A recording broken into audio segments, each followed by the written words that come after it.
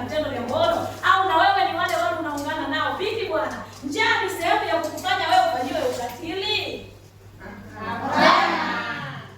Kumbe mmeniunga mkono vizuri kwenye mjadala yangu.